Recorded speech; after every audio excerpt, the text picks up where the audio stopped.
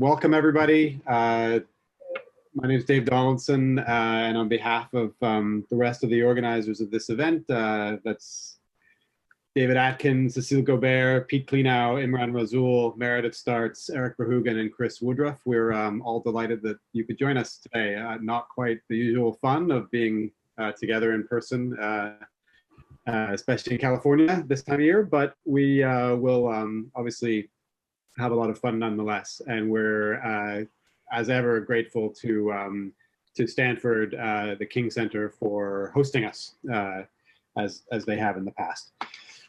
So we'll get started right away, though. Just wanted to remind you about the kind of rough format here. So there will be one paper at a time, 60-minute slot for each paper.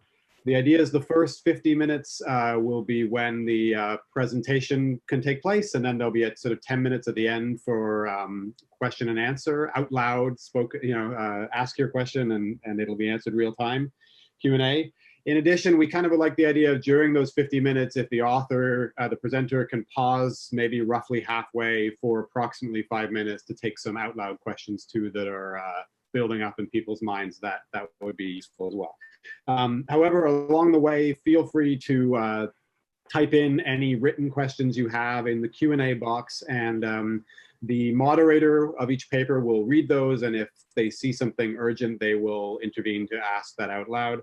And also, co-authors of the presenters are sometimes here on hand to provide written answers as well. So if you do want to ask a question out loud during the Q&A sessions, the pause or the 10 minutes at the end, then just click the raise your hand button, and the moderator will then take people in to ask their questions in turn. And it's obviously more fun if you're willing, if you're able to turn on your video when you ask your question. We'll enable that feature once you do the raising of the hand. Okay, so I think that's everything for logistics, and that means that we can get started. So Lucie Gadenne will be presenting first, and Lucie, please take it away when you're ready. Thanks, Dave, and thanks for having me. It's an honor to be kickstarting this conference. Thanks everyone for attending in these crazy times, and assuming you can all see my screen and hear me. If not, please let me know. Good. So yeah, I will stop throughout the talk to take questions at least once, and my co-author Roland Ratlo is available on the chat to answer questions there if you have them, but Chris, feel free to interrupt me at any time if you feel that there's a pressing question that needs answered.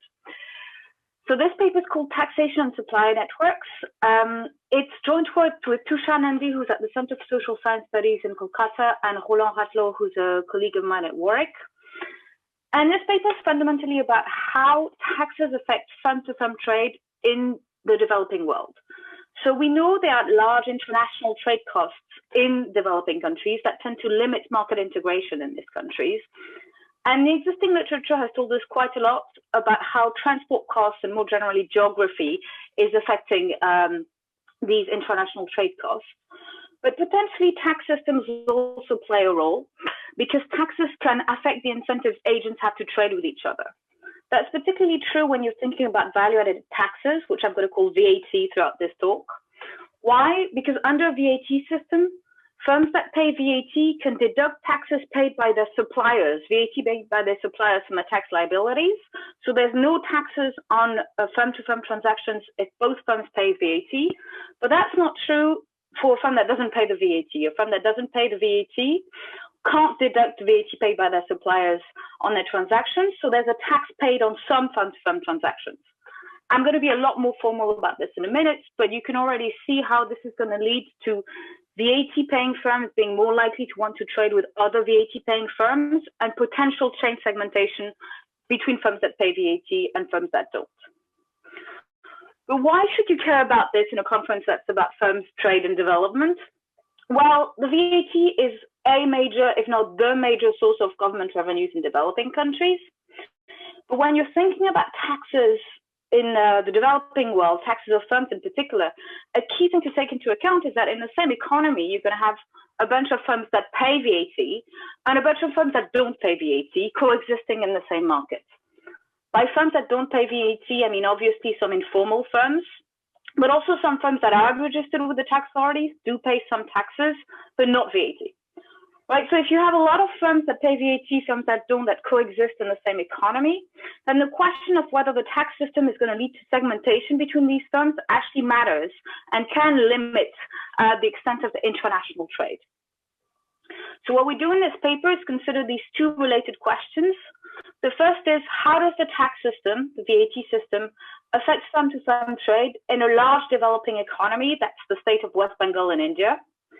And the second question is, how does the shape of firm-to-firm trade, i.e. supply networks, how does that affect firms' tax decision, more precisely, firms' decision of whether or not to pay VAT?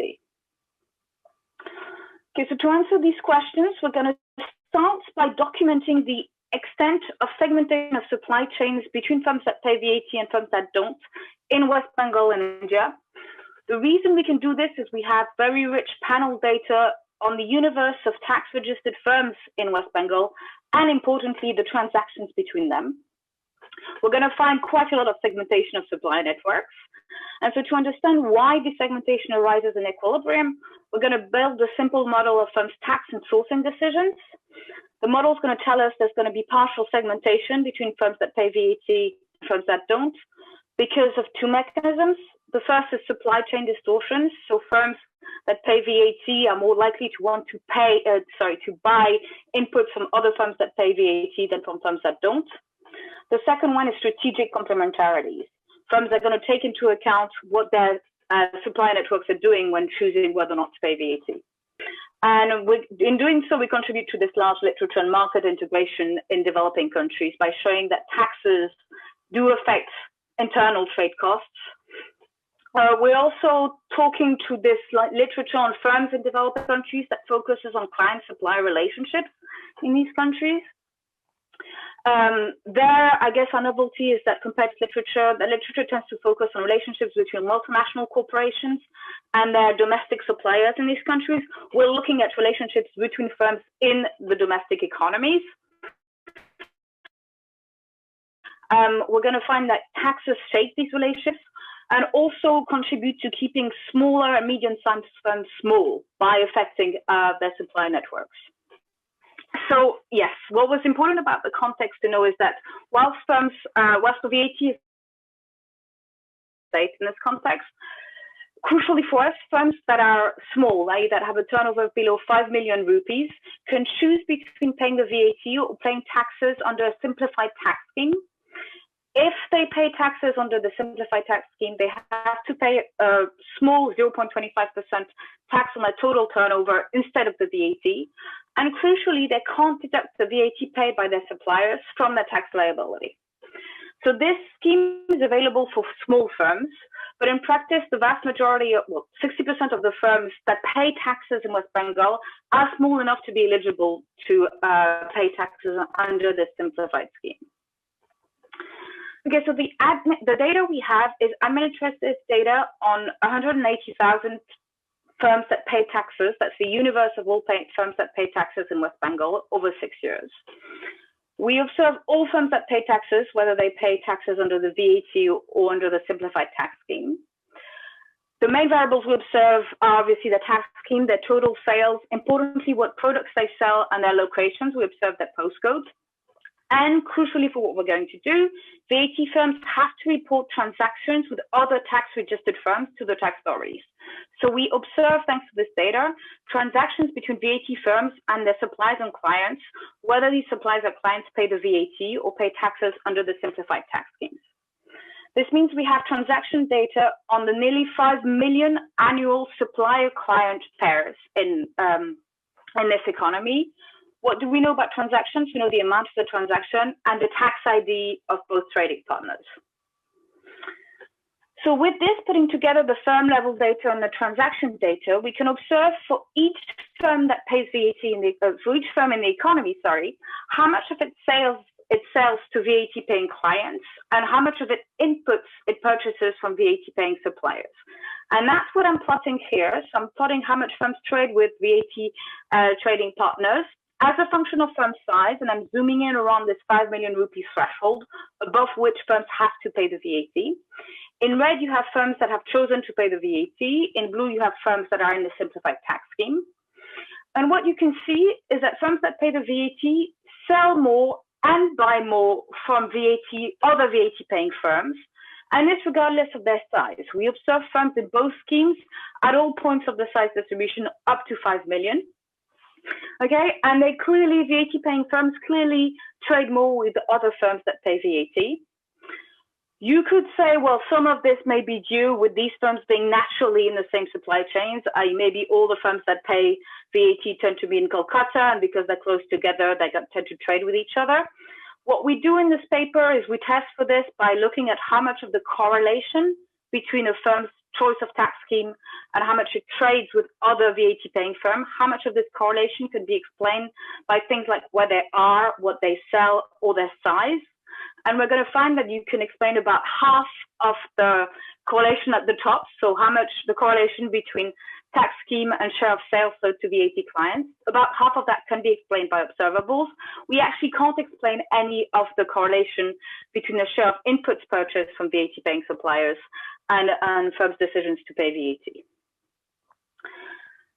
So what we're going to do next is build a simple model to try to understand why this segmentation between VAT and non-VAT firms in supply chain occurs in equilibrium. So I'll just do a quick sketch of the model here, and I'll take some time to stop when I'm done with exposing the model. So we're talking about a model in which there's a bunch of firms that produce using some intermediate inputs with a CES production function. The elasticity of substitution production is going to be rho here. We're assuming monopolistic competition, which means constant markups. Our network assumption is that we have a directed network. So we have different production stages in supply chains. At the top of the supply chain, only labor. At the bottom of the supply chains, you have firms that produce using the intermediate inputs produced by other firms higher up in the supply chains, and they only sell to consumers. Crucially, there's a tax system in there. So firms choose between paying the VAT scheme, in which case they pay a VAT rate TI that can vary with the kind of product they're selling, or paying taxes under the simplified scheme, in which case they only pay a turnover tax tau. So what's an equilibrium in this kind of model? Well, it's going to be characterized by, for each firm, its tax scheme. So we're going to write VI is equal to 1 if the firm pays the VAT, 0 otherwise. Then its position in supply networks, which we're going to write SIG, which is how much I buys from supplier J as a share of its inputs, and lambda KI, which is how much I sells to client K as a share of its sales. And we're going to get partial segmentation of supply networks between firms that choose to pay VAT and firms that choose not to pay VAT because of two mechanisms. The first mechanism I've already sketched out, it's supply chain distortions.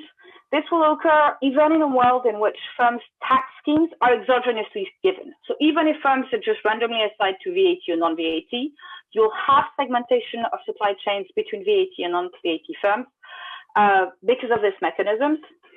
So this basically says that firms buy more from VAT-paying suppliers when they themselves pay VAT.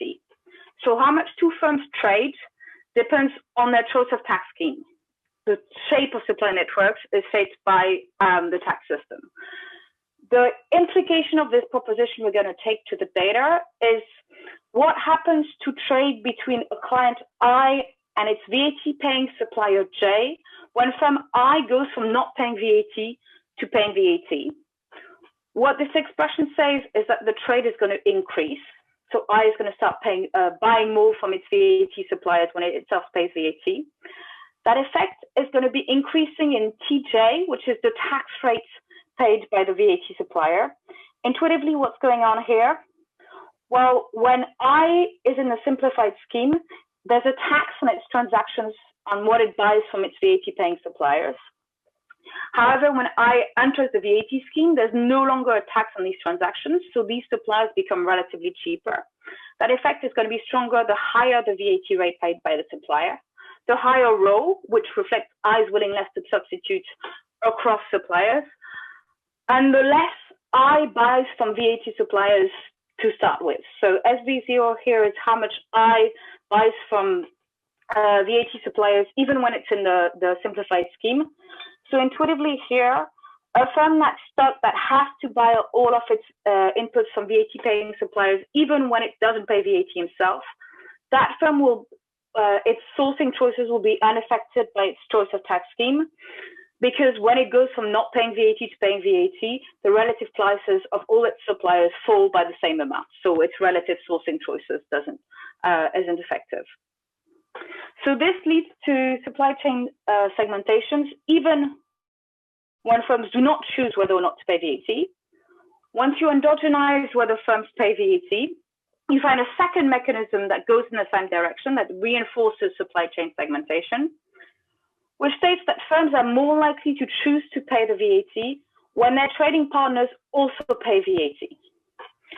So to characterize firms' choice of whether or not to pay VAT as a function of their supply networks, we have to characterize the supply networks in a world in which there's no taxes. So these are these S tilde and lambda tilde terms here, right? They characterize the supply networks in a world in which all the tax rates are zero. So they're just amounts of trade determined solely by technology parameters of firm's production function. And then with these parameters, you can characterize firm I's propensity to pay VAT as a function of these two parameters. The first one is how much of their sales they sell to these potential VAT paying clients, right? So the more firms tend to sell to VAT paying clients, the higher the demand they face when they themselves pay VAT relative to when they're in a simplified tax scheme. Okay, so the more they will want to pay VAT themselves. The second term is the weighted share of their inputs that are purchased from VAT paying firms, right? Intuitively, the more a firm has to purchase for technological reason its inputs from VAT paying suppliers, the more it's going to pay VAT on its inputs if it chooses not to pay VAT. So the more it has to gain from itself also paying the VAT. So what this implies that supply networks are going to determine firms' tax decisions.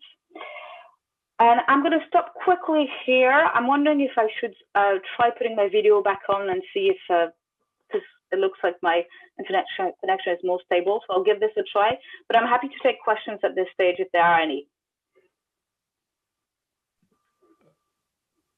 Okay, we have one in the Q&A. And I think I'm able to, so let me,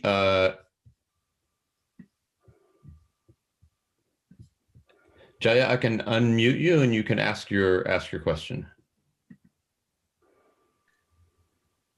Hi, can everyone hear me? Yes. Oh, thanks, Lucie. I just wanted to ask, maybe I missed this, but is the VAT paying firms' incentives to buy from other VAT paying firms in your model symmetric over whether they're purchasing inputs or selling outputs? And the reason that I ask is that you might think that if VAT paying firms may want to sell to non-VAT paying firms because those firms have less pressure to obtain record of the sale, and then that would lead to easier evasion for the VAT paying firm. I mean, so the way the VAT system works, and I apologize, I don't even know what part of what I said was when I had no internet, so maybe I wasn't very clear. But the way the VAT system works is that there's actually no tax paid on transactions between two VAT paying firms, right? So in that sense, there's no incentive for VAT paying firms to not want to sell to other VAT paying firms because there's just no taxes there, right? So if I understand your question correctly, there's symmetry in the sense that firms should prefer VAT paying firms should prefer to trade with other VAT paying firms because there's no taxes on the inputs they buy from them. But similarly, amongst their clients, their VAT paying clients should prefer them over non-VAT paying firms because there's no taxes on these transactions as well. Does that make more sense? Yeah, that makes sense. I'll follow up later if it's still unclear, but that's great. Okay. Great. I don't see any other questions in the Q&A. Why don't you go ahead, and we'll save some time at the end for other questions. Thank you. Okay. In the paper, we present a bunch of cross-sectional evidence in line with the two mechanisms predicted by our model. Here, what I'm going to do is I'm going to try to estimate both of the mechanisms, so the supply chain distortions and the idea of strategic complementarities in firms' decision of whether or not to pay VAT. I'm going to try to show you evidence on these causal effects using changes over time within firms and pairs. So I'll leave the cross-sectional evidence to the paper and to readers interested to have a look at that. And I'll focus on what happens within firms over time. So everything I'm going to show you from now relies on using the roughly 8,000 firms that change tax scheme go from the simplified tax scheme to the VAT scheme, or vice versa over time. Okay, so to give you an idea of the kind of evidence we're going to be using here, so this is graphically what happens over time when firms change their tax scheme. So in red, you have firms that go from being in the simplified tax scheme to being in the VAT scheme in year 0 here. In blue, you have firms that go from the VAT scheme to the simplified scheme also in year 0. And then in gray and black, you have firms that don't change tax scheme over time. And I'm plotting how much they buy, the share of their inputs they buy from VAT paying suppliers changes over time. And what you can see is that firms in red that go from the simplified tax scheme to the VAT scheme, there's an increase at the same time as when they enter the VAT scheme in how much they buy from VAT suppliers, and the reverse for firms that exit the VAT scheme and enter the simplified tax scheme. So obviously, I'm not going to claim any causal. Lucie, your audio is breaking up again. You might want to flip your video off.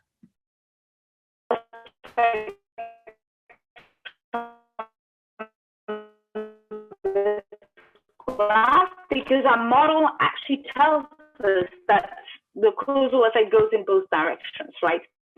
The supply chain, yeah?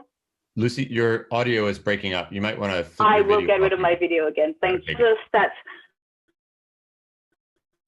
when firms change tax scheme, they're going to change their. I've put my video off. Okay, I'm going to continue, and if I may, as much as he can, finding the slides in the Dropbox. I'm sorry, this is the best I can do. Okay, so as the model actually predicts that there's going to be reverse causality going from firms' choice of whether or not to pay the VAT scheme to their choices of inputs, and when how much they can buy from VAT paying suppliers, that's also going to affect their choice of whether or not to pay the VAT themselves. Okay, so starting with, so how are we going to disentangle these two mechanisms? I'll start with the supply chain distortions mechanism. So recall here that the question is, do firms trade more with VAT paying suppliers when they themselves pay the VAT? What we're going to do to test this is we're going to use pair level observations, where a pair is a client I, a supplier J, that trade at some point over the 6 years that we have in the data. And we're going to estimate how much I buys from its supplier J as a function of I's decision of whether or not to pay the VAT. How are we going to get at identification here? Well, we're going to restrict our sample to pairs in which the client is small enough that the client can choose whether or not to pay the VAT.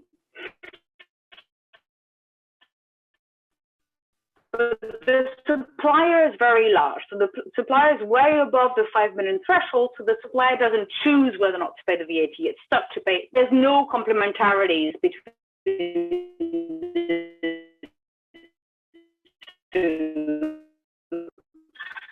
here.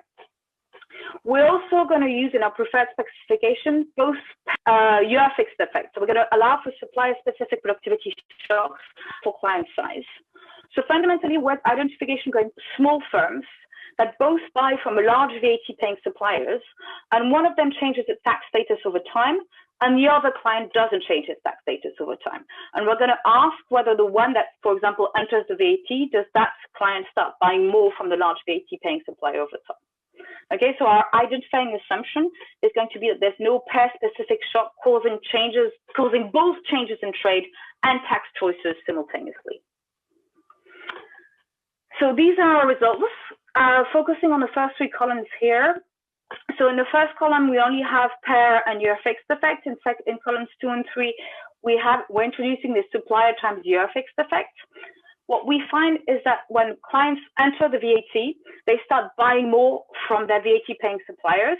The effects are a bit smaller when you include these supplier specific time shocks, as we'd expect. So on average in column 2, we find an effect that's about 11 percentage points. In column 3, we see that this effect is smaller the more the client, was already buying inputs from VAT paying suppliers when in a simplified scheme.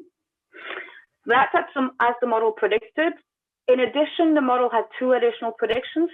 The first one was that actually these 2 coefficients in column 3 should be roughly the same size and should sum up to 0. That's roughly what we see.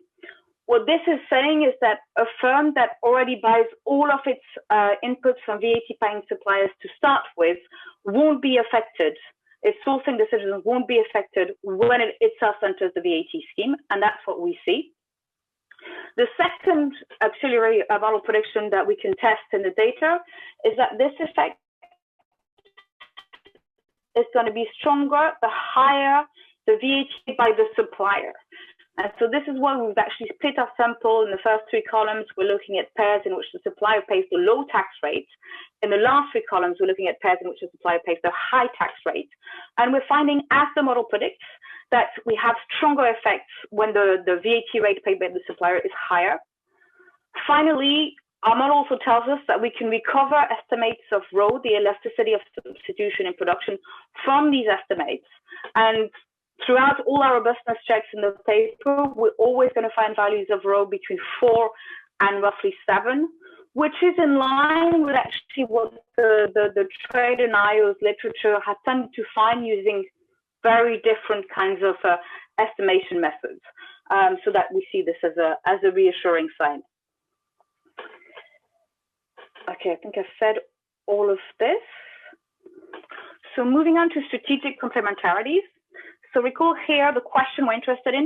Is it the case that firms are more likely to choose to pay VAT when more of their trading partners are themselves paying VAT? So our specification of interest here is not at the firm times year level, and the specification is motivated by the model. The outcome variable is the variable equals to 1 if the firm chooses to pay the VAT in year T and 0 otherwise. And this is a function of how much this firm sells to VAT paying clients. That's the first step here.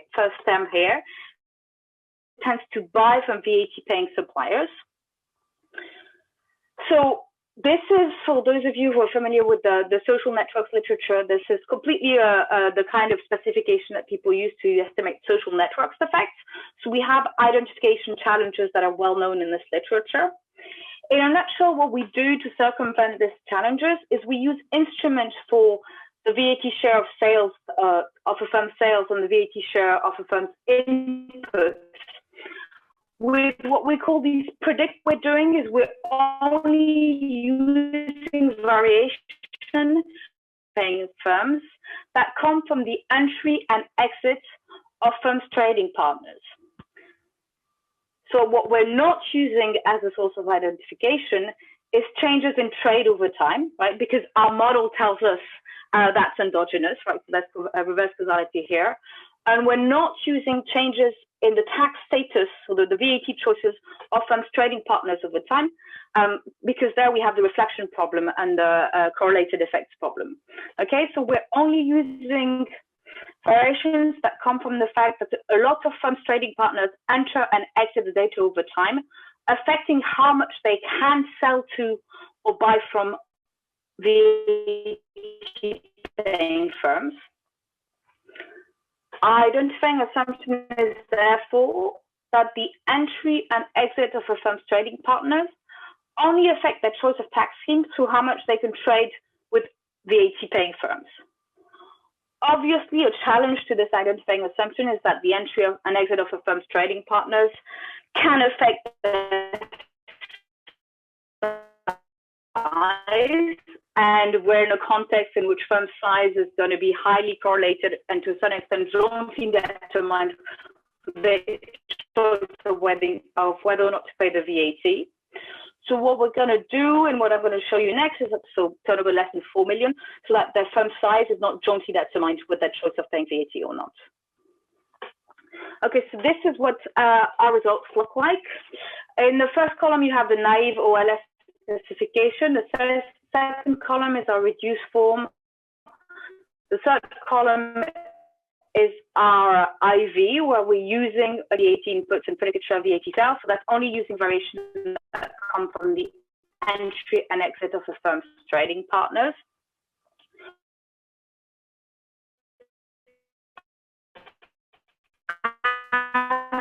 The model predicts, the more a firm tends to sell to VAT paying clients or buy from VAT paying suppliers, the higher the propensity that it itself pays the VAT. The magnitudes here in all its trading partners not pay, shift all of its trading partners to start paying. These estimates imply that this would increase the firm's propensity to pay VAT by about 14 percentage points. From baseline, that's about 84% that pay VAT. Right? So effects are not huge, but they're not trivial either. Okay, so hopefully you've heard enough of this because my internet's been stable enough that I've convinced you that there's a causal effect of firms' tax status on their sourcing decision, on how much they decide to trade with different kinds of suppliers, and a causal effect of where they are in supply chains, how much they can trade with VAT paying clients and suppliers on their decision to pay VAT or not. To understand whether the magnitude of these mechanisms is economically meaningful, what we do in the paper is we simulate a counterfactual policy reform. We simulate a policy that would basically exempt all firm-to-firm transactions from the VAT. In this context, that means it's tax reform which would allow firms in a simplified tax scheme to deduct the VAT paid by their suppliers on their inputs from their tax liabilities. So this reform would have a small effect on government revenues. That's basically a transfer. Governments will have a bit less VAT revenues, and that would be a transfer to the profits of some firms in the data. More interestingly, this reform would affect firms' behavior in two ways. The first is the reform would effectively completely remove the tax wedge on transactions between clients that are in a simplified tax scheme and their VAT paying suppliers. This is going to have a direct positive effect on firms in the simplified tax scheme, because it's basically by making it sure that they don't pay VAT on their inputs, you're going to decrease their input costs, which is going to allow them to sell at a lower price, which is going to allow them to gain market shares. That's going to have a positive effect on their growth. It's going to have an indirect effect on firms that pay VAT, to the extent that these firms are either competitors of firms in the simplified tax scheme, or they're suppliers of firms in the simplified tax scheme. So they find themselves upstream of firms that have a positive direct growth effect. The second effect is the complementarity with respect to suppliers. The reform is going to mean that small firms that buy a lot of their inputs from large VAT paying suppliers no longer have an incentive to themselves pay VAT. That's going to lead to some firms exiting the VAT tax scheme. So what we do is we use our model and our estimates of both BRO, the elasticity of substitution and production, and strategic complementarities to quantify both of these effects. And this is what we find here, where I'm plotting the effect of the reform on firm growth by decile of the firm size distribution prior to the reform. And what you can see is that whilst on average, the growth effects of this reform would be small, there'd be less than 1% of firm growth on average, there are larger effects concentrated in the bottom and middle of the firm size distribution, Why? Well, because in practice, the firms that are very positively effective are firms in the simplified tax scheme, and they're small and medium-sized. So in practice for them, we're moving quite a large tax wedge on their input costs. So that has a large positive growth effect for them. Whereas for firms in the VAT scheme, a lot of them are upstream of firms in the simplified tax scheme. So they do benefit from their clients or their clients' clients growing, but these represent only a small share of their sales. So the effects on growth are small here. Okay, in terms of complementarities, our estimates imply that you'll have a small effect with some firms leaving the VAT scheme. Roughly 3% of firms that have the choice between paying VAT and paying the simplified tax scheme would actually leave the VAT scheme, according to our estimates, if we did this reform. There would be a loss of VAT revenues for the government, obviously, but it would be a very small effect because these firms are very small. And most of the VAT revenues is gathered from the top 5% of firms in distribution. Finally, what we can do is we can use the reform to try to use this counterfactual reform to try to understand how much of the segmentation that I had started by showing you, the segmentation in supply chains between VAT and non-VAT paying firms, how much of this would be removed if we made all firm-to-firm transactions exempt from VAT. So we would actually remove half of the segmentation up in supply chains with this reform, but only 15% of the segmentation at the bottom of supply chains. And that's because in practice, what the reform wouldn't change is the fact that customers, so households at the very bottom of the chain, still have an incentive to buy more from firms that don't pay the VAT, because these firms, because consumers cannot deduct the VAT paid by the firms they buy goods from their own tax liabilities. Okay, I'll just talk briefly about what this implies more generally for policy. So the supply chain distortion story basically tells us that whilst the VAT may be a good tax for developing countries in general, so there's a literature out there that will tell you that there are positive compliance effects of the VAT that makes it a good tax for developing countries, these supply chain distortions introduce an efficiency cost of the VAT. By distorting firm-to-firm trade, it decreases market integration and it maintains some firms smaller than they would be otherwise, right? Which makes the VAT not ambiguously more efficient than other ways to tax sales. It also implies that a big reform that was done in India in 2017, which basically removed VAT-induced distortions to trade between firms in different states, was a good idea, because that's going to lead there used to be distortions to trade between different states that were similar to the ones we're studying in this paper, and the 2017 reforms removed those. So that would have led to more trade and firm growth, according to our estimates. And finally, the strategic, yeah. You got about just to say you've got about 5 minutes. Okay, yeah, no, I'm wrapping up, so that's good. On the strategic complementarities side, what we're showing is that a firm does take into account what its suppliers and its clients are doing when deciding where they'll be. That means that if you shock parts of the supply chain into paying the VAT, you're going to have other parts of the supply chain that could potentially follow them into the tax net. Right? So there's multiplier effects of tax interventions. That in itself isn't good or bad, but in the context of developing countries in which governments are constantly trying to expand the tax base, I would argue that this is potentially a good aspect of the VAT. It does mean that, any policy interventions that are successful at pushing some firms into paying the VAT are going to have large positive multiplier effects with other firms also choosing to start paying the VAT. So I'll conclude by just recapping this idea that, taxes affect firm-to-firm trade. I hope I've convinced you that the VAT in this context tends to limit the market integration in a large developing economy.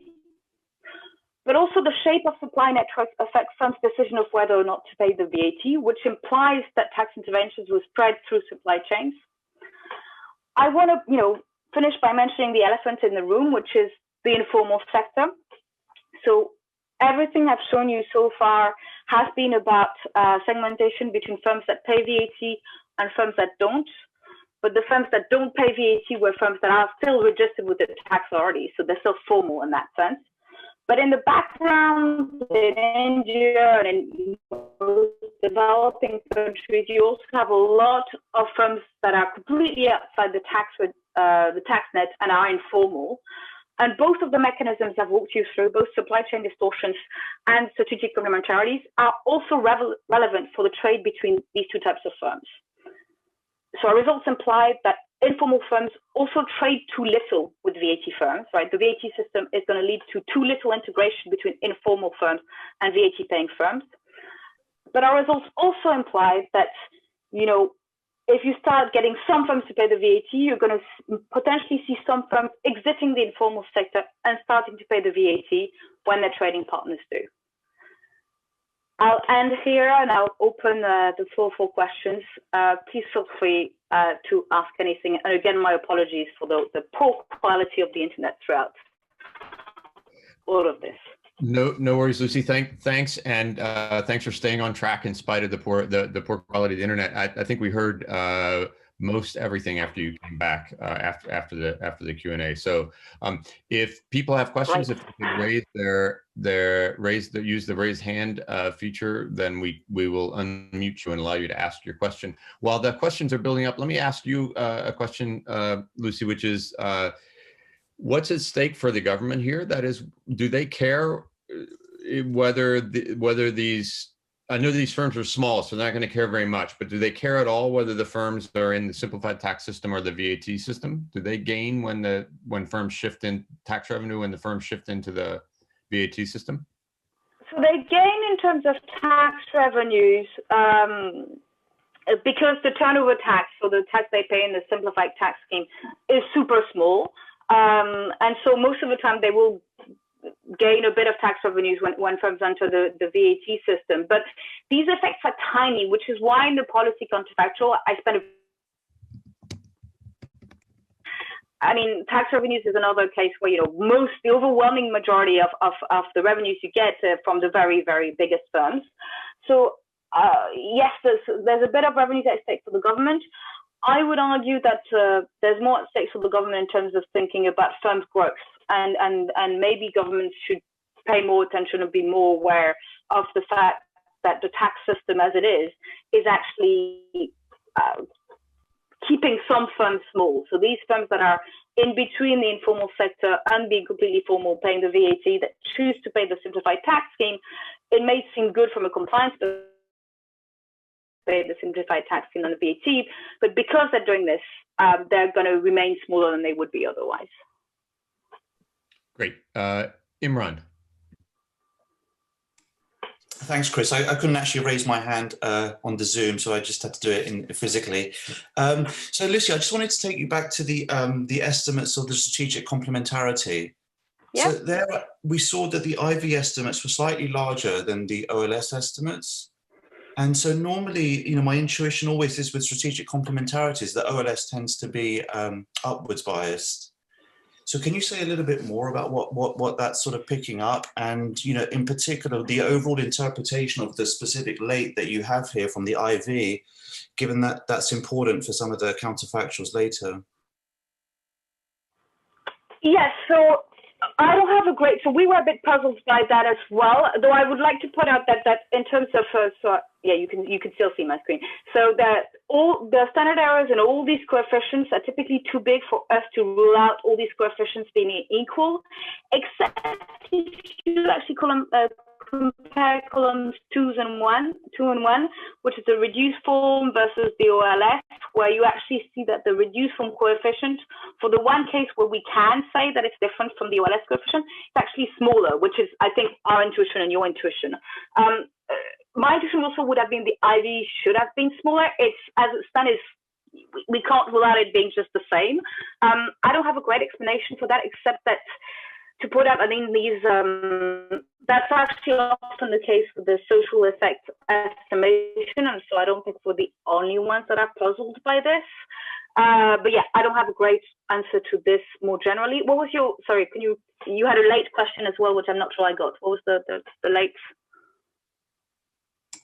Well, so the estimate of the strategic complementarities then that you're using for the counterfactuals is coming from column 3, is that right? Yeah, yeah. And so for any given IV that has a particular sort of late interpretation, if you had another IV, you would have got a different result there. The counterfactuals would be different. So, you know, what is it? You know, can you say a little bit more about the specific late interpretation of the IV that you're using? Yeah, so here the compliers, if you want, the firms that experience an entry and exit of one of their trading partners, so at some point during a sample period, they trade with VAT suppliers or clients, and that VAT supplier client exits at some point over the 6 years. So one key thing which I should have mentioned, so thanks for the question, is ideally you don't want to be estimating this from a very small group of very specific firms for whose the trading partners just happen to exit. So we've had a look at how often smaller firms that do have a choice between paying VAT and not paying VAT experience an entry or an exit of their trading partners. And it turns out that that's about 60% of these firms that do experience an entry or an exit. I can't remember if it's what's the share that experience both. So it's actually quite a lot, because we have quite a lot of entry and exits in the data. So we're not estimating from a very particular set of compliers in that sense, which to us was reassuring.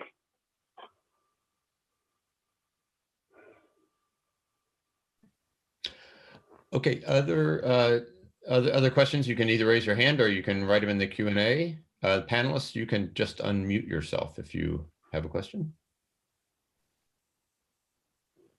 So yeah, I had a question. I'm not sure it's for this paper, but I kind of wanted to see eventually in this the trade-off between misallocation and shadow value of tax revenue.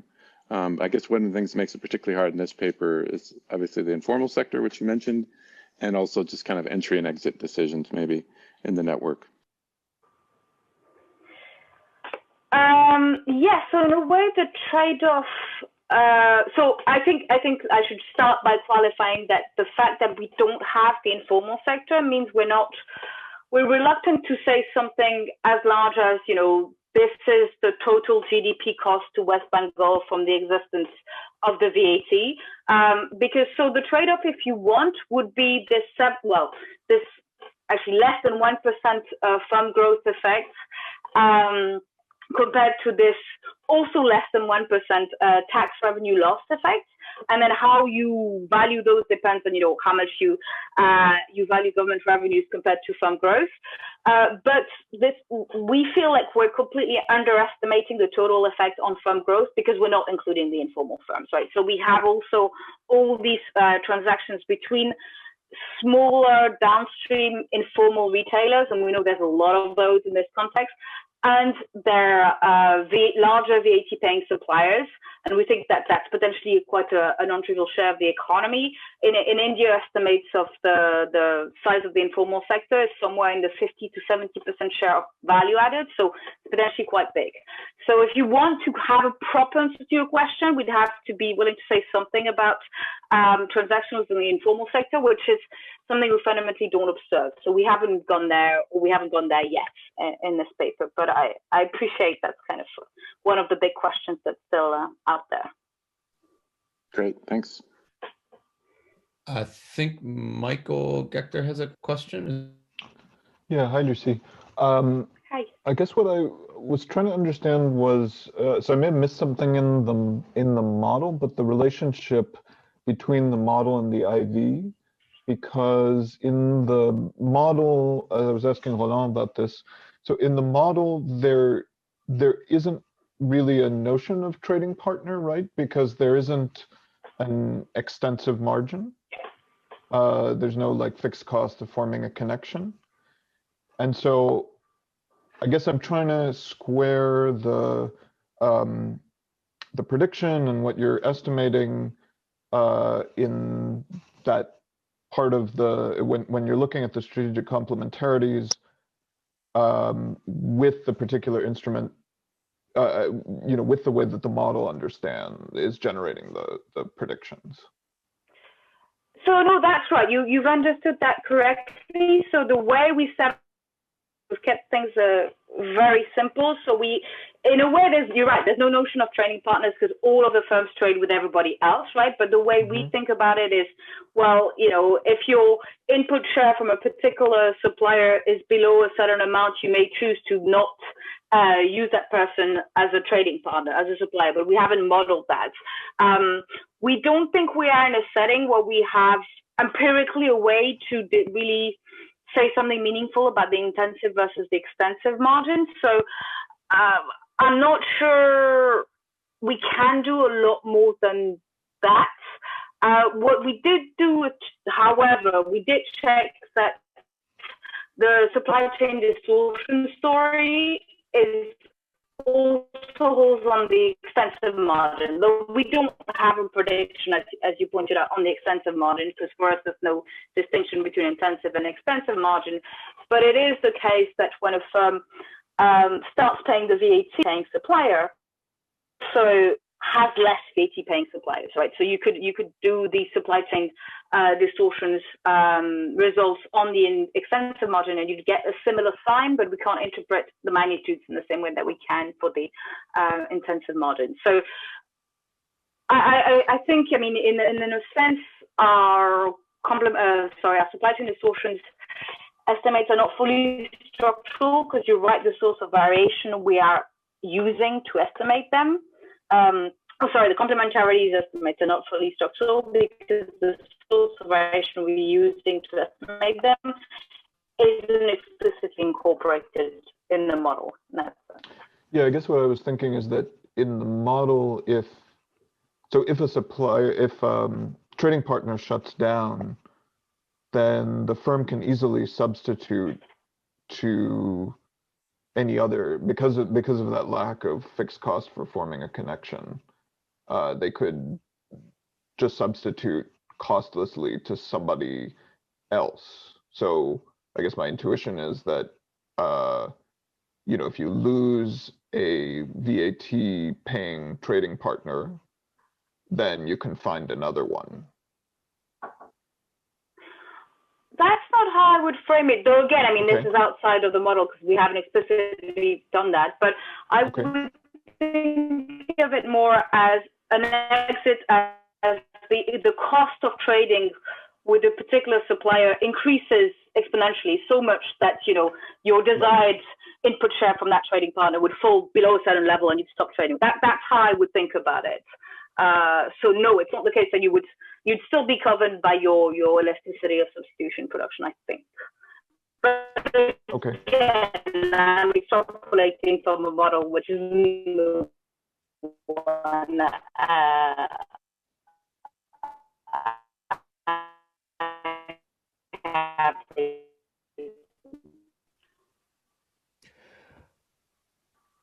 Okay. I think we're going to need to wrap it up there. And thank you, Lucie, and thank you everyone for the questions.